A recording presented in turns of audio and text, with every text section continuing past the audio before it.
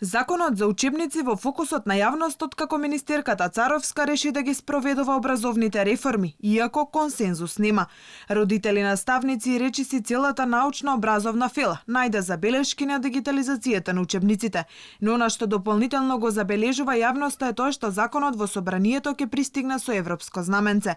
За употребата на европското знаменце Алфа побара став и од евроамбасадорот во Македонија Дејвид Гир.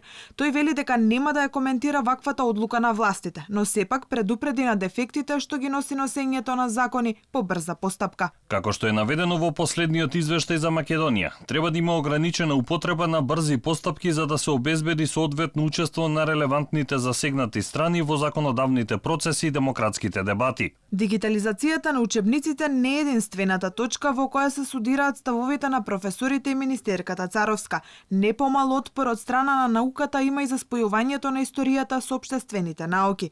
Историчарите сметаат дека образовните реформи се резултат на наметнатите условувања, кои произлегуваат од политичките договори меѓу државни комисиски договарања. Наместо тоа, тие се на став дека за квалитетни образовни реформи неопходна е научна дебата. Колку реформите да се представуваат како неминовно современување на наставниот процес, останува неспорниот факт дека истите се носат со несвојствено избрзана динамика, со инстант рокови за изготвување на наставни програми, што резултира и со крајно неразумен едномесечен период за изработка на учебниците за 4-то одделение во основното образование.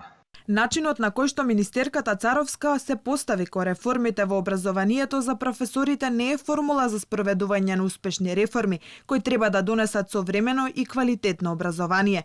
Се што прави Царовска за нив е само исполнување на однапред зацртани цели, со ад хок решенија.